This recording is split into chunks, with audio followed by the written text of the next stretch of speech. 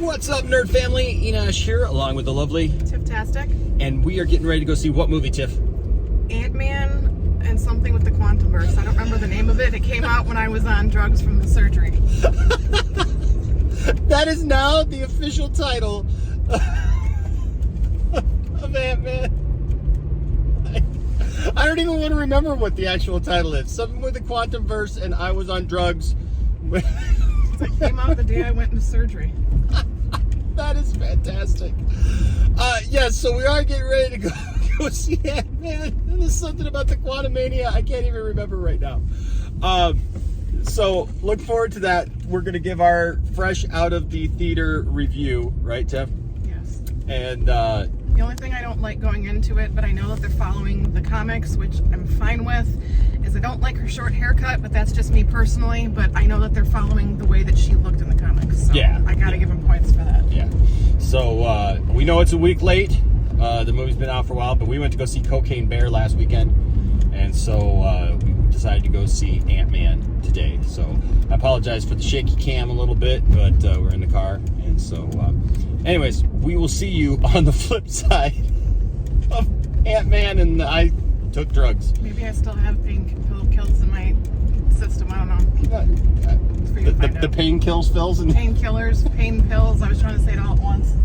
Oh, I love this video. I love this video. Maybe she's stuck in the quantum realm. Tiffany's been in the quantum realm for a couple weeks now. So, all right, we'll see you on the flip side with our fresh out the theater review. See you. His tie has bullets. His tie does have bullets. All right, here we are. We just got out of the theater watching Ant-Man and the Wasp, Quantumania.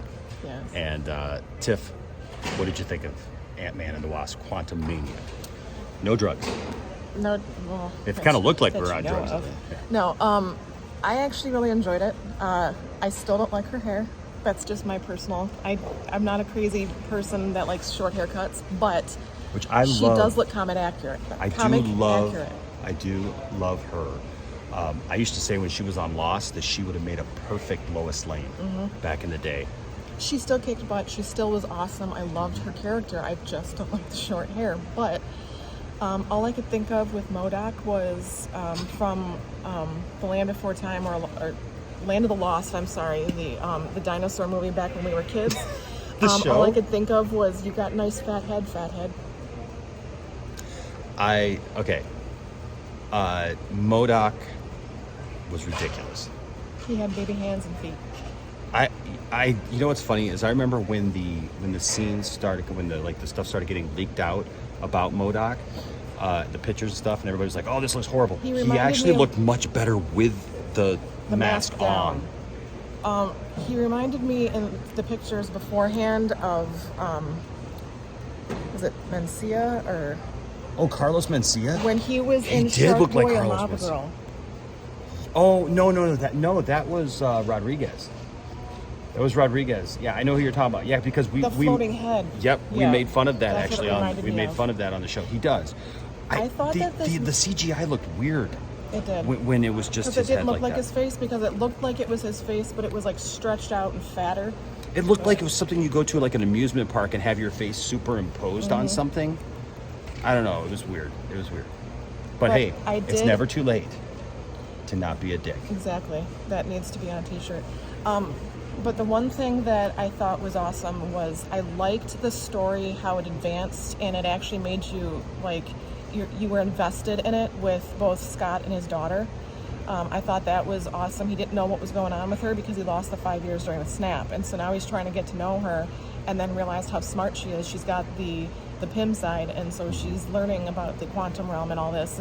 But then it also showed a lot more about the mom's character too. So I think it advanced it very much. Yeah. To where it makes me interested in what's going to happen next, where they're taking it. It was especially interesting. With the 2 extra scenes. Yeah, it was interesting to see how much Janet had really done in those 30 years that they were gone. In those 30 years, and why she came back so haunted. Yes, and so that made sense, and because nobody would be gone for 30 years and just not do anything.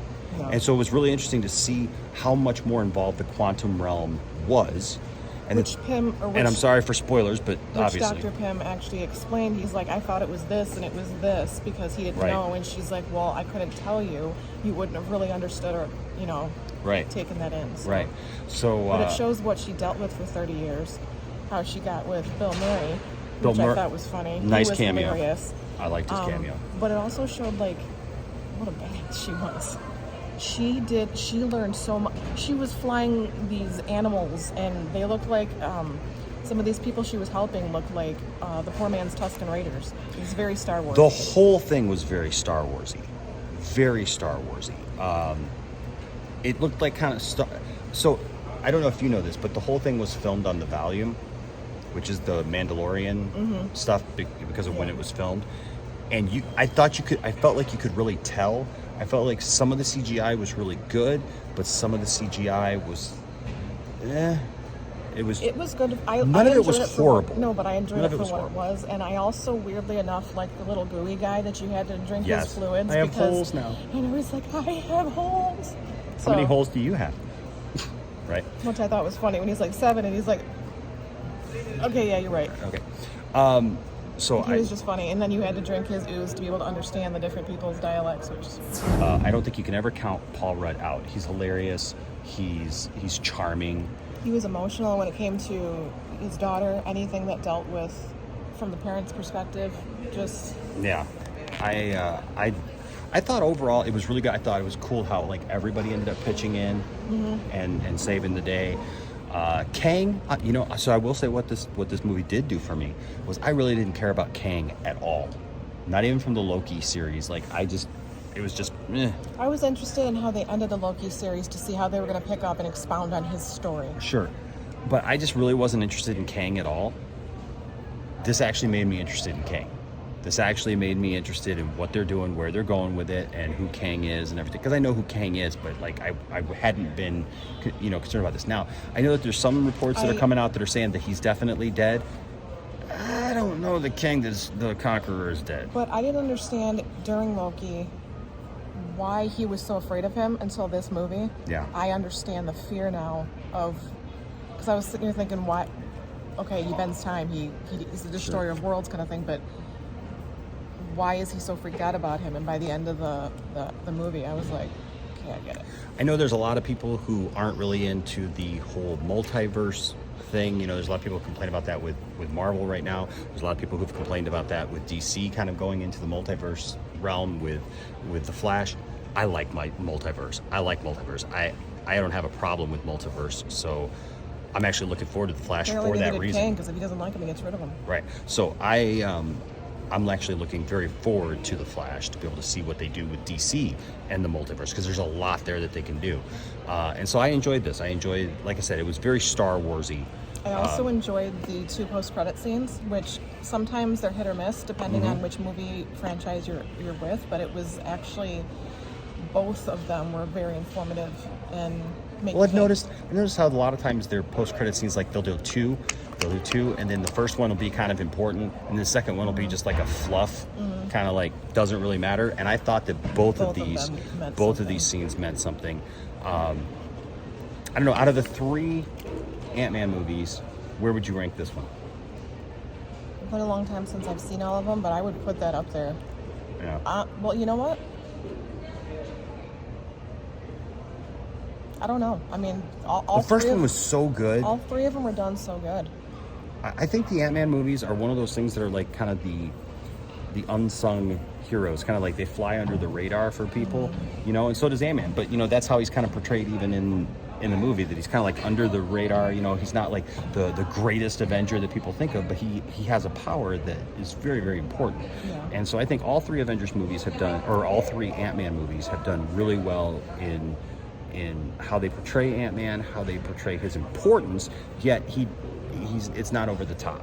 I liked how the ants came into play in this one as well. Yes, that was really good story writing. And they even showed Dr. Pym, even though he's older and he's not like the Ant-Man anymore, it showed how awesome he still is in some capacity in this movie. Yeah, I was really glad that the daughter learned a lesson at the end, because she was very reckless at the beginning, and everybody was kind of She's still never supporting learned that. the step and the tap and the jump. Yeah, and the I hit. felt Hopefully she gets the like next one. I felt like in the beginning it set it up that like she was reckless and everybody was kind of supporting Being a that, hooligan. and I didn't think that that was a good idea. So I was glad that she kind of learned her lesson, and yet it propelled them forward. It propelled all these characters forward, I think, in a really But it positive wasn't way. in a South Park way. Yeah, that also the humor in this.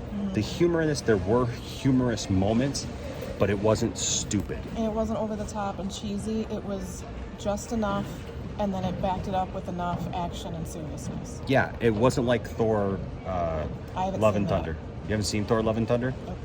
I'm gonna have to watch Thor: Love and Thunder with Tiffany. The things that I do for love.